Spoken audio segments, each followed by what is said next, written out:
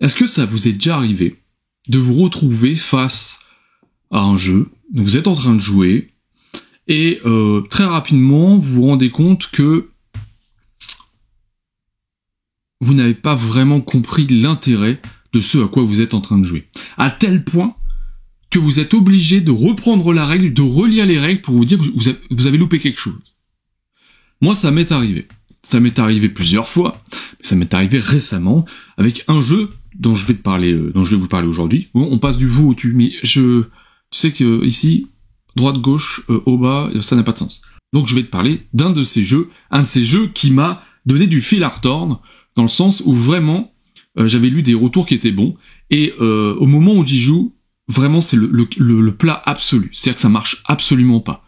Sauf que, salut l'ami, et bienvenue sur la chaîne Jeux en Carton. Aujourd'hui, on va parler jeux, comme d'habitude, on va parler de jeux, on va parler de 5 jeux, on a des jeux plus ou moins différents aujourd'hui, oui, plus ou moins différents, ça n'a pas vraiment de sens, mais en effet, ces jeux sont différents.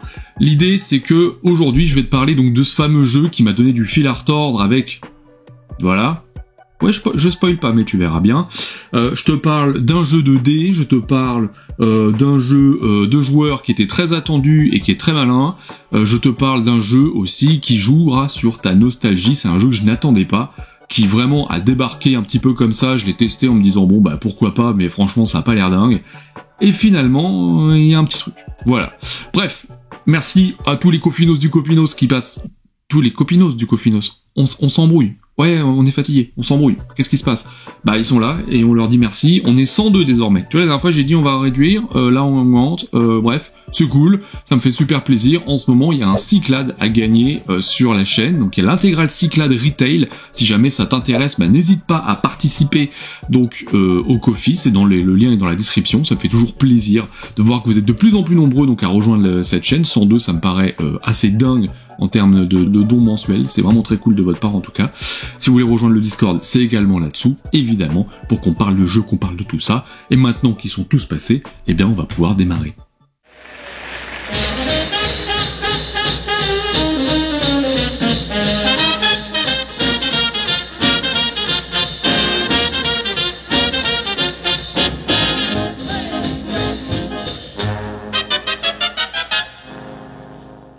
Je vais démarrer par un jeu de dés.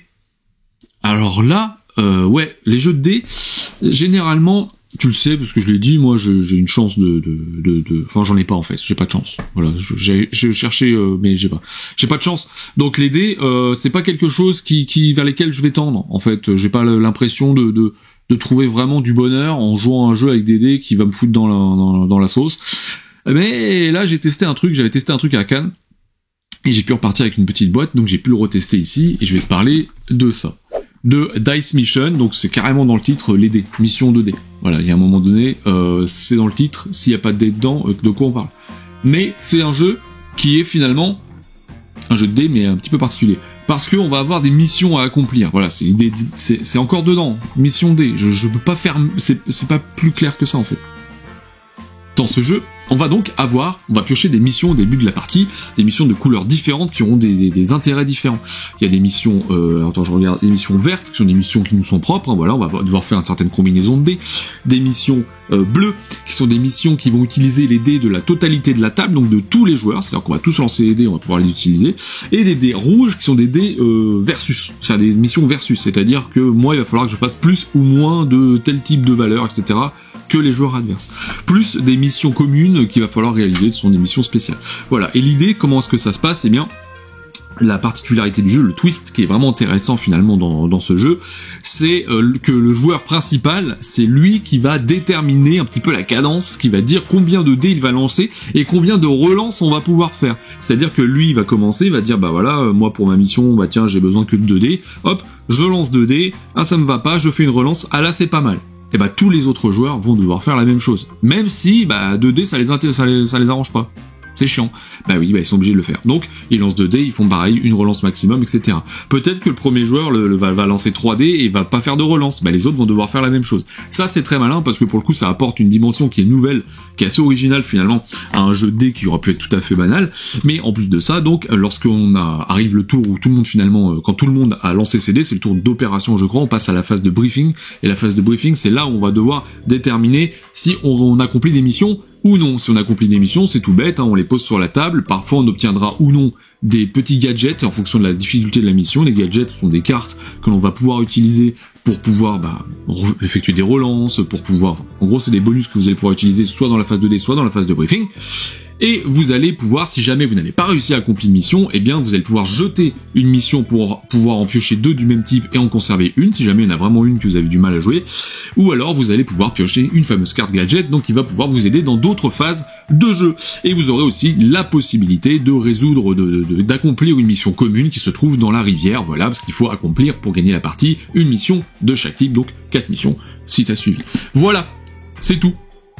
Et c'est très sympa, Dice Mission, c'est vraiment très sympa parce que ça apporte encore une fois quelque chose de nouveau à un jeu de dés qui aurait pu être supra banal, ça apporte quelque chose de différent dans cette interaction où les joueurs, le joueur principal va devoir déterminer le nombre de dés et de relances à effectuer, ce qui peut vraiment mettre dans la sauce les autres et qui vont donc se dire peut-être, si j'arrive pas à accomplir cette mission, je vais peut-être l'acheter pour en prendre une autre. Donc ça, c'est assez cool pour le coup.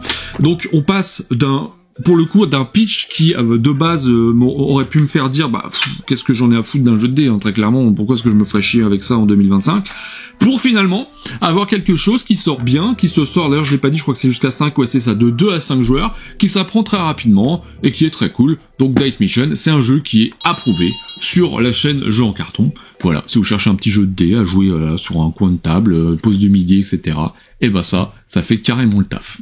Je vous parle ensuite d'un jeu exclusivement 2 joueurs qui était assez attendu, je vous en ai parlé rapidement au retour de Cannes.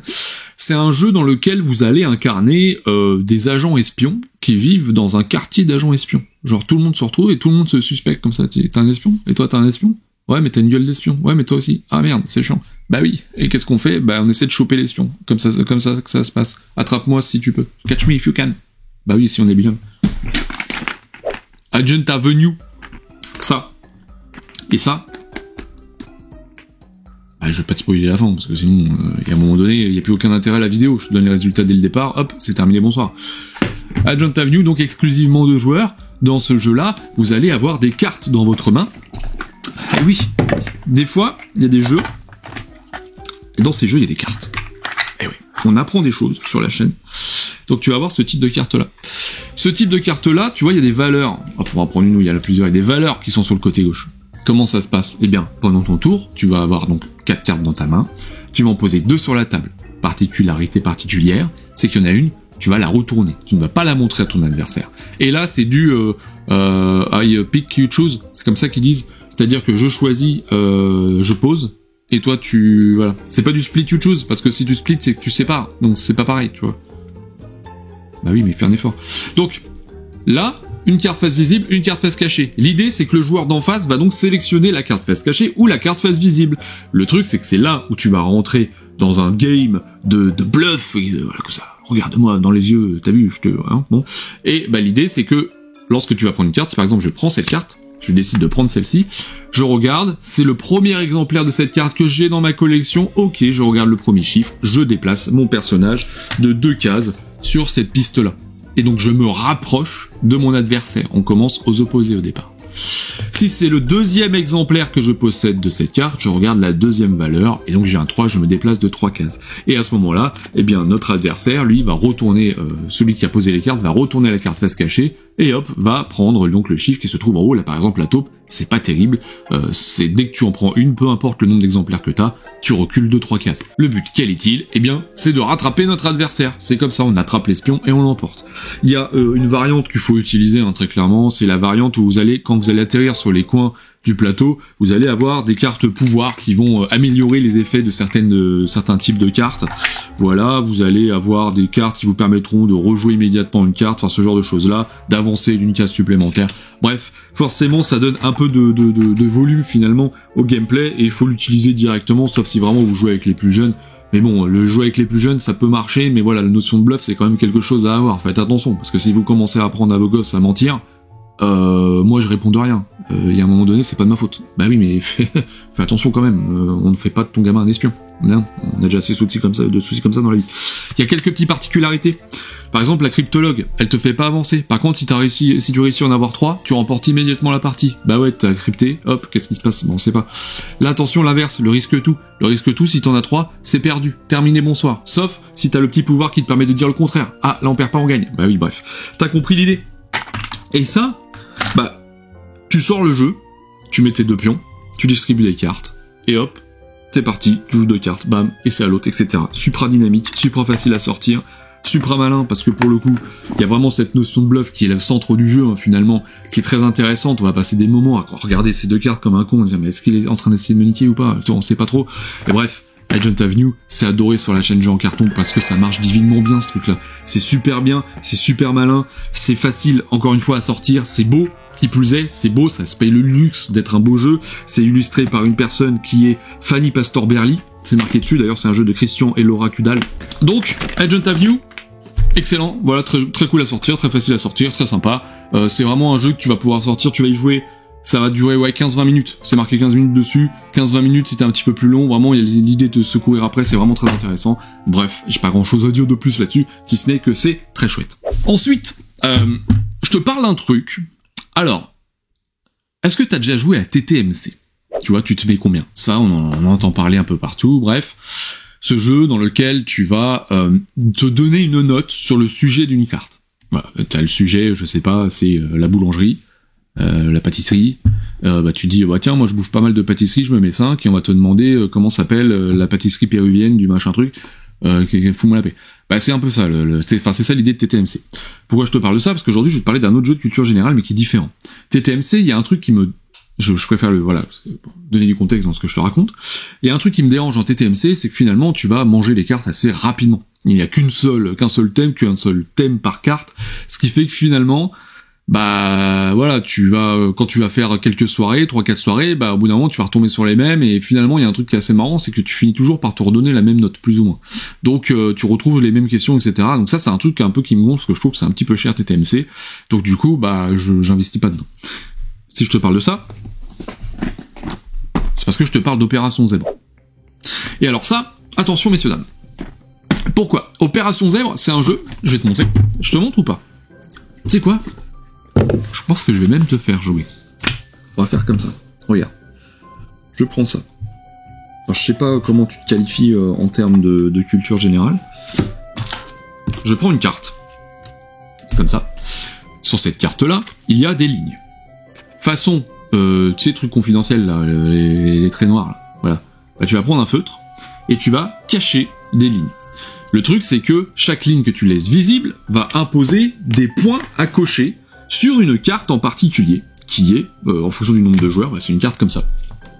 Tu vas cocher un nombre de cases qui correspond au nombre de points que tu as laissés. Là, tu comprends pas ce que je te dis, mais je sais que tu comprends pas, mais patiente, ça vient. En fonction du nombre de joueurs, donc voilà.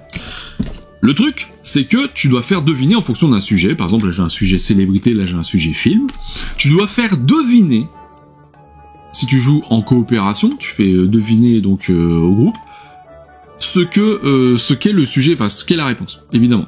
Par exemple, attention, je raye.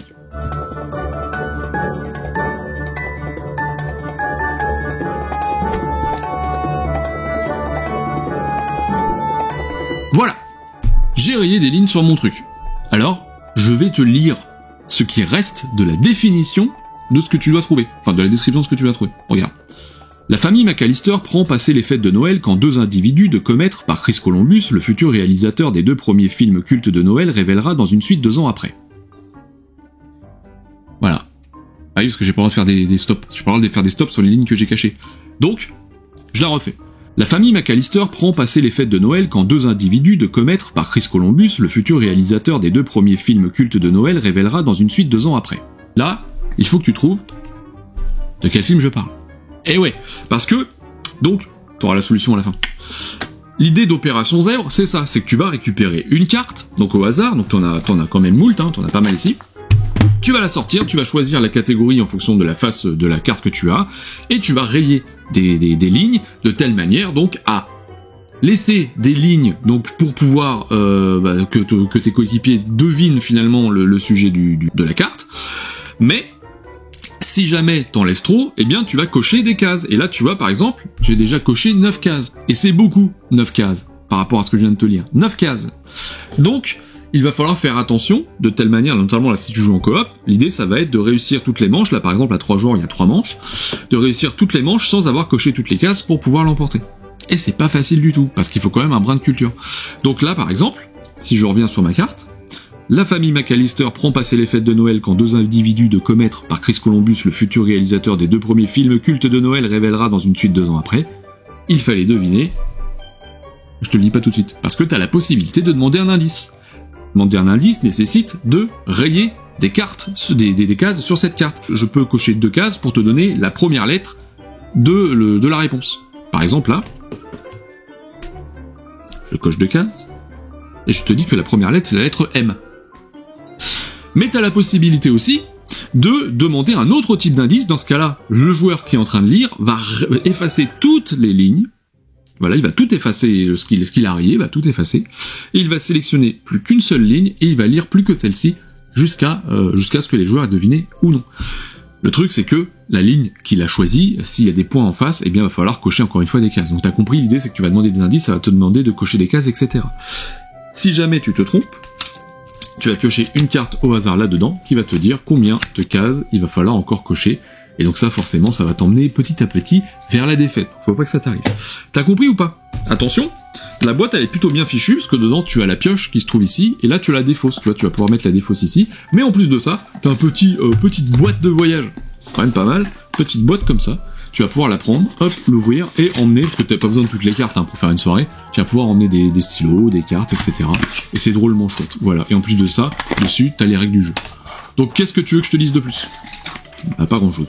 Et donc le mode compétitif permet de jouer en équipe, donc il y a 2 équipes qui s'affrontent, voilà. Bon, bref, je vais pas revenir là-dessus, mais le principe de jeu est le même. Voilà, donc là, qu'est-ce qu'il fallait deviner? Eh bien, maman, j'ai raté l'avion. Bah ouais, et donc quand t'as fini, tu prends les petits torchons comme ça, hop, tu effaces. Et voilà, c'est réglé, et tu mets ça dans la défausse, et t'es reparti. Et voilà. Donc, Opération Zèbre, bah c'est vachement bien. Bah c'est vachement bien. Tu vois ce petit truc que je te disais de TTMC, ici tu as beaucoup de cartes, et ces cartes elles sont recto-verso. Donc, tu vas quand même en avoir, alors je vais essayer de te donner le compte exact de cartes, je sais pas si c'est noté. Il y a 264 cartes recto-verso. Donc comme ça fait 8, 6 et 6, 12, 528 cartes. 528 thèmes en gros. Donc il y en a quand même pas mal. Voilà, concernant donc Opération Zèbre, qui est un jeu qui est adoré sur la chaîne Jean Carton, parce que c'est le genre de jeu que j'aime bien sortir en soirée quand je joue avec des personnes qui ne jouent pas. Voilà, des personnes qui ne jouent pas beaucoup, on a juste envie de sortir un jeu, il n'y a pas beaucoup de règles, très bien. On sort un truc de culture G, ça marche toujours. Alors ça frustre des gens, parce qu'il y en a qui sont un petit peu durs, hein, franchement. Il y a des trucs, très clairement, sur certaines thématiques, il y a par exemple des films, ça se trouve tu les auras pas vus, ou peut-être que les gens les connaîtront pas. Ça reste dans le côté culte du truc, mais voilà, il y a des célébrités, peut-être que les personnes, en fonction de la génération, les connaissent pas.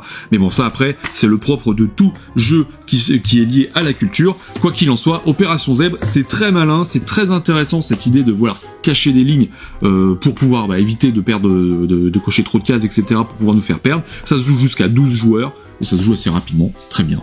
Voilà, pas grand chose de plus à dire. Et donc je continue avec un jeu dont j'avais entendu vraiment du bien, j'en ai vraiment entendu beaucoup de bien de ce jeu. C'est un jeu qui est encore une fois tiré de la mécanique du président, on commence à en avoir beaucoup, hein. On a Odin, on a Chu-Han, d'ailleurs faut que j'en vous en parle aussi. Et là donc débarque ce jeu, c'est celui-ci, c'est Panda Spin. Alors, Panda Spin, c'est donc un jeu, bon, je te le pitch rapidement, mais cas du président, je te l'ai dit. L'idée, c'est que tu vas donc tu vas avoir des cartes en main. Au départ, on va piocher des éléments au hasard. Ces éléments vont permettre de déterminer qui est le premier joueur, mais aussi vont permettre de déterminer quel deck on va utiliser, et donc quel symbole risque d'apparaître pendant le jeu. Le truc, c'est qu'on va mélanger ce deck, on distribue 12 cartes à chaque joueur, et c'est parti. Le premier joueur détermine ce qu'il veut jouer. S'il veut jouer une carte seule, on peut jouer des paires, enfin des cartes, non, pas des paires, c'est des groupes de cartes identiques qui vont de 2 à combien tu veux. Tu vas pouvoir jouer des suites de chiffres de 2 à 5. Tu vas pouvoir jouer des paires de suites de machin, c'est-à-dire que tu vas pouvoir jouer des groupes de suites, c'est-à-dire que t'es genre un 3-3 suivi d'un 4-4 suivi d'un 5-5, ou un 3-3-3 suivi d'un 4-4-4, bref, t'as compris l'idée. Ou tu vas pouvoir jouer une bombe, et une bombe c'est 4 valeurs identiques au minimum, voire plus, et ça vient écraser finalement tout le reste. Parce que le truc c'est que si un joueur décide de jouer une carte unique, le joueur suivant est obligé de jouer une carte unique de valeur supérieure. Si le joueur principal décide de jouer une paire de valeurs, le joueur d'après va devoir jouer une paire de valeurs. C'est comme ça que ça fonctionne dans Panda Spin et dans bon nombre de jeux finalement. L'idée, ça va être donc de surenchérir, et si jamais on passe, eh bien il y a deux solutions. Soit on a des cartes face blanche, on a joué que des cartes face blanche, dans ce cas-là on va les récupérer et on va les retourner Panda Spin côté bleu pour avoir des symboles et des effets ou des valeurs un peu plus fortes. Soit on a joué des cartes avec au moins déjà une valeur bleue, et bien dans ce cas-là, les cartes sont jetées. Le but, ça va être de défausser toutes ces cartes. Et si on remporte le pli, eh bien on jette nos cartes bien évidemment et on commence le pli d'après. Parmi les symboles, on va avoir des choses du type le symbole du feu qui permet, lorsque l'on joue une carte avec un symbole feu, de jeter une autre carte de notre main. Lorsqu'il y a une goutte d'eau, on va pouvoir l'utiliser pour comme n'importe quelle valeur que l'on souhaite, sauf pour l'utiliser dans les bombes. On va avoir le panda. Le panda, en fait, on va jeter un jeton, voilà, au hasard, il va tomber sur panda affamé ou panda spin. Si on est sur panda affamé, eh bien pour chaque symbole panda, on va pouvoir shipper un point du joueur qui a joué juste avant nous. Et pour chaque symbole panda, si on a la face panda spin, et bien on va pouvoir retourner l'une de nos cartes sur la face bleue. Voilà, et puis on a aussi d'autres effets, bon bref. Et on a à côté de ça aussi des cartes éléments, il y a une seule carte pour chaque élément, et cette carte en fait remporte le pli immédiatement, mais sous condition, c'est-à-dire qu'il y en a qui vont vous dire, vous pouvez jouer cette carte si jamais un symbole panda a été joué pendant la manche, vous allez pouvoir jouer cette carte s'il y a au moins 3 valeurs sur le dernier qui a surenchéri, etc. Bref, ça vous permet de remporter le pli, donc vous jetez vos cartes, les autres, même principe, s'ils ont des cartes blanches, elles deviennent bleues, s'ils ont au moins une carte bleue dans l'affaire, ils les jettent, et on continue ainsi, jusqu'à ce qu'un joueur ait vidé toutes ses cartes de la main. Dans ce cas-là, on regarde celui à qui il reste des cartes, celui à qui il en reste le plus, et dans ce cas-là, le joueur qui vient de vider sa main gagne autant de points que le joueur qui possède le plus de cartes à ce moment-là, au maximum de 7. Voilà, la partie s'arrête à 15 points. Je t'ai fait les règles. T'as des questions? Glisse-les en commentaire. Je t'explique. Ça, j'ai commencé à y jouer à 3 joueurs. Et je te donne la dynamique de la partie. Je suis pas forcément un expert du président et de cette mécanique-là. Donc je me dis, il y a peut-être un truc que, tu vois, je suis peut-être pas très fort stratégiquement sur l'idée.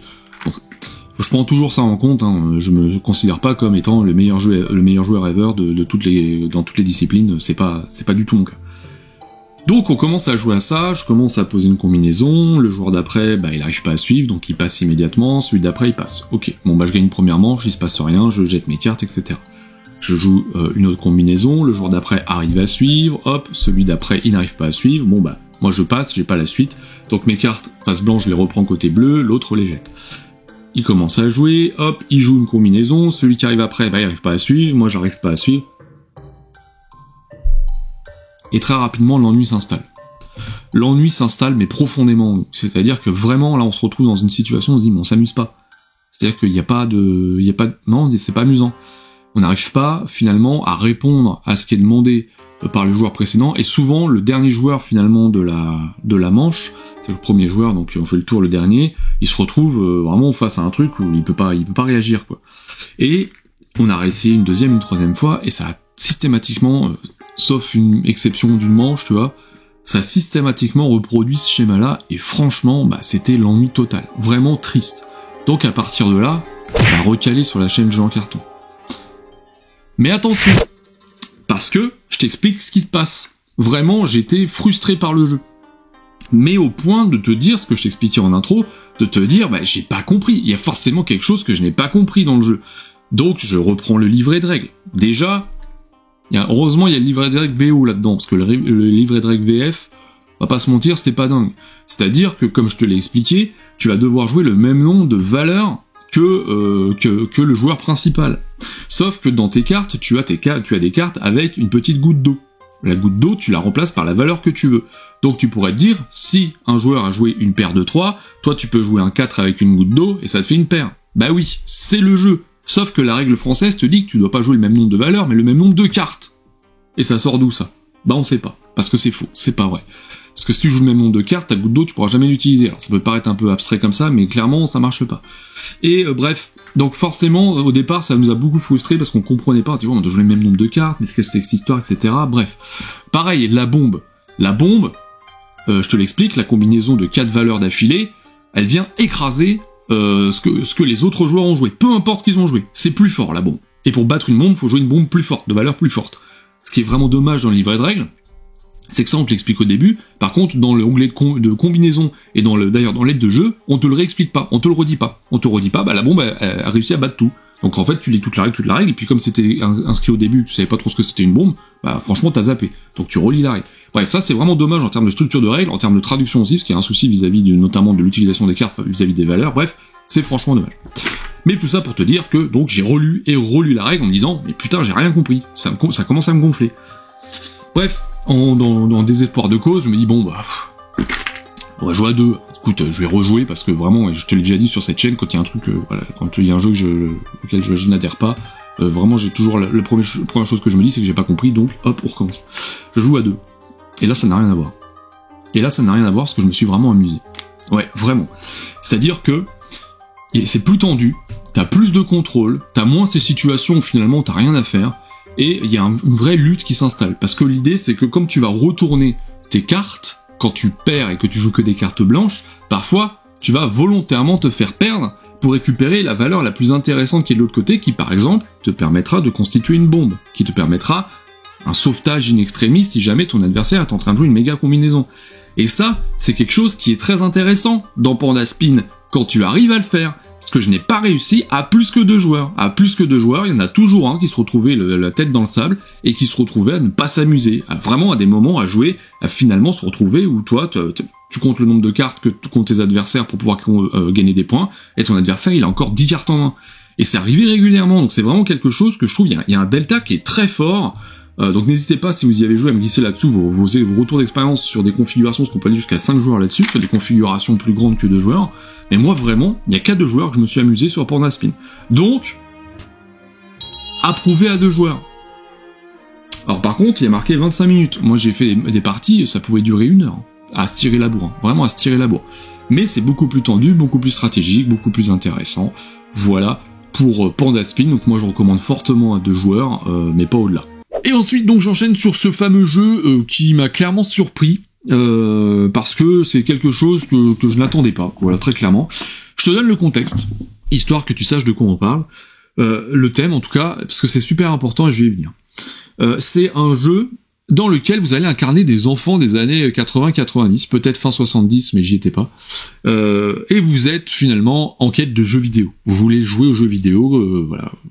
Et vous allez au vidéoclub. Enfin, c'est pas le vidéoclub, c'est le jeu vidéoclub. Je sais pas comment on appelait ça, c'est le jeu vidéoclub? Je sais plus, j'avoue, je sais plus. L'idée, c'est que, bah, forcément, vous dépendez de l'argent que les parents vous soumettent, quoi. Façon, argent de poche, voilà. Ou que la mamie, etc. Donc l'idée, c'est qu'il va falloir que, bah, en échange d'argent de poche, eh bien, vous promettiez, on va y arriver. Vous promettiez quelque chose. C'est comme ça que ça se passe. Et l'idée, c'est que donc, tu vas avoir de l'argent de poche, et donc tu vas pouvoir aller louer des jeux vidéo, voire même, si tu supplies suffisamment fort, avoir la possibilité que ta maman t'achète un jeu. C'est comme ça que ça se passe. Et tout ça, ça se passe dans quoi?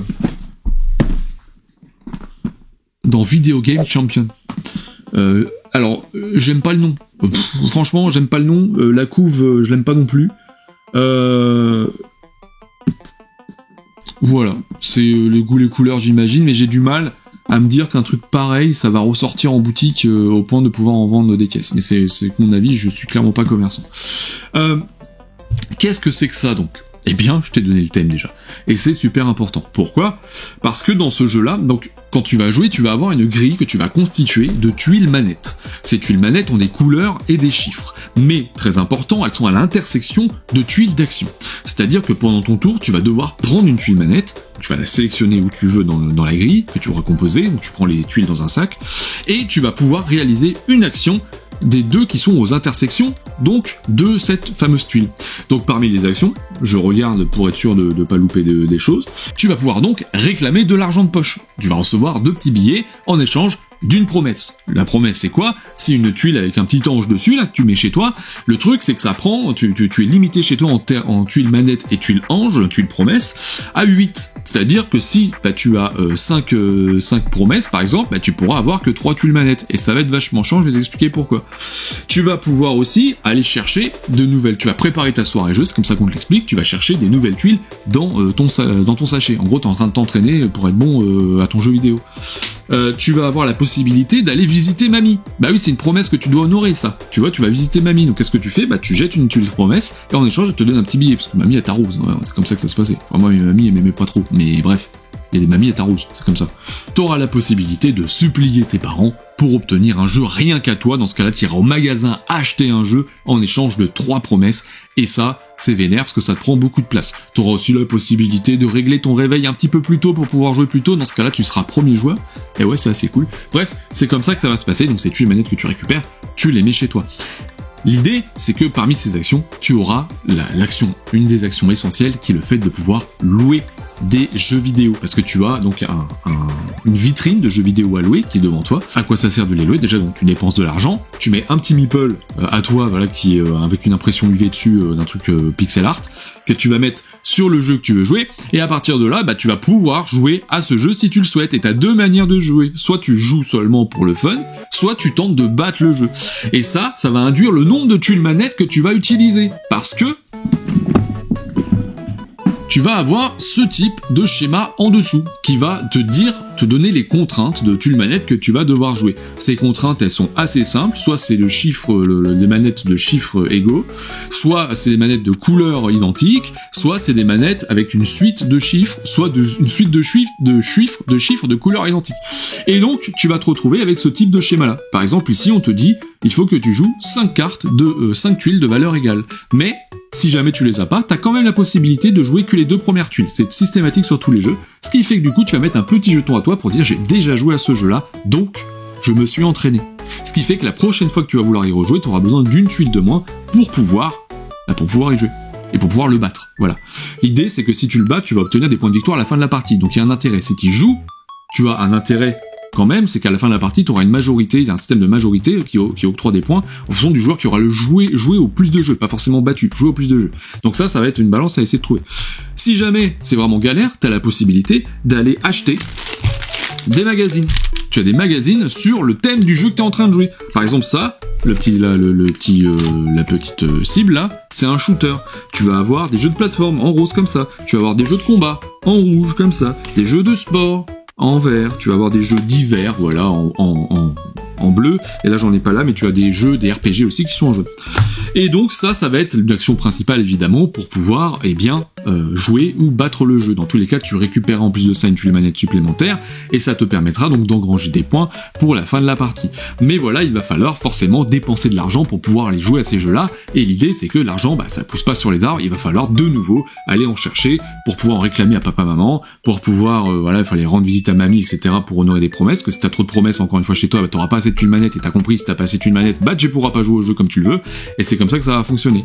Tu as un système d'objectifs de majorité très simple, du type, le premier qui a joué à 3 RPG, il remporte la game, il remporte l'objectif, n'importe quoi, donc un certain nombre de points. Le premier qui réussit, qui achète qui achète des magazines de telle manière à avoir tous les symboles de tout type, il obtient cet objectif-là, etc., etc. Et on joue comme ça, je crois que c'est 4 manches, je suis plus sûr. En gros, l'idée c'est que les manches, elles vont, à chaque manche, tu vas révéler de nouvelles cartes, de nouveaux jeux dans la vitrine du loueur de jeux vidéo. Et l'idée c'est que tu vas mettre des cristaux dessus pour signifier qu'il y a une nouveauté. Les cristaux, à quoi ils servent? Ils servent à ça. C'est ce que c'est ça?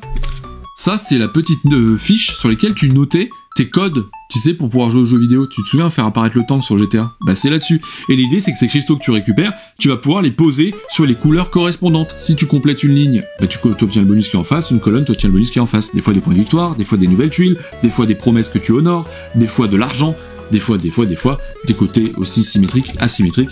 Bref, on est full nostalgie là-dedans. On est totalement dans la nostalgie du jeu. Et alors quand tu termines la game, tu vas te retrouver avec un système de compte-points qui te dit tu gagnes les points donc des jeux que t'as battus, tu gagnes des points des majorités que t'as obtenues, donc des cartes objectifs, tu gagnes en fonction du nombre de jeux que t'as joué, tu as un bonus au-dessus de 6, tu vas obtenir de plus en plus de points, bref, etc. T'additionnes tout ça, emballer, c'est peser, reprendre, c'est voler. Voilà pour ce qui est de Video Game Champion, donc qui est un jeu extrêmement thématique. Il y a du bon, il y a du moins bon. Pourquoi ? Parce que le bon, c'est la thématique, clairement. C'est pour ça que je te l'ai annoncé au début, parce qu'en fait, quand on te l'explique comme ça, t'y crois. Et je vais te le dire, c'est quelque chose que j'ai vu chez Dice Tower, Tom Basel qui expliquait ça, qui disait que... non, c'est pas Tom Basel, je sais plus qui c'était, bref, peu importe. Et il a tout à fait raison, qui disait que lorsque tu expliques le jeu, il faut que tu expliques la thématique avec. Parce que sinon, clairement, ça tombe à plat. Pourquoi ? Parce que tu vas avoir des tuiles manettes, c'est bien, mais tes tuiles actions. Putain, je vais rouvrir la boîte. Ouais, mais c'est le bordel aujourd'hui, mais c'est pas grave. Tu vas comprendre pourquoi je te propose de rouvrir la boîte. Parce que tu vas avoir les tuiles actions. Donc tu vas te dire, par exemple, rendre visite chez mamie.